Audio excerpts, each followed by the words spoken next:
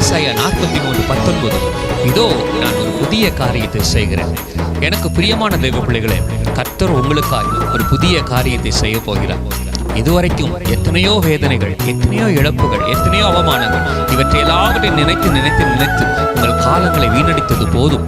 எந்த நாள் முதல் கர்த்தர் சொல்கிற அந்த புதிய மாதத்துல நான் உங்களுக்காக ஒரு புதிய காரியத்தை செய்ய போகிறேன். புதிய ஆசீர்வாதத்தை நான் தரப்போகிறேன். புதிய வாசலை நான் திறக்க போகிறேன். புதிய நன்மைகளை நான் செய்ய போகிறேன். நீ காத்து கொண்டிருந்த சில நன்மைகளை உனக்காக புதிதாய் உனக்கு நான் தரப்போகிறேன். பழைய காரியங்கள் அல்ல, பழையவைகள் அல்ல, புதியவைகள் உனக்கு தரப்போகிறேன். புதிய வீட்டை தருவேன், புதிய இடத்தை தருவேன், புதிய ஆசீர்வாதத்தை தருவேன். உன்னுடைய வாழ்க்கையில எந்தெந்த காரியங்கள் எல்லாம் குறைவாய் இருக்கிறதோ எல்லாவற்றையும் கர்த்தர் நிறைவாய் நான் புதிதாய் நான் உனக்கு தரப்போகிறேன். கர்த்தர் வாக்குரைக்கிறார். கலங்காத, பயப்படாத, திகையாத, எதை குறிச்சும் சோர்ந்து போகாத.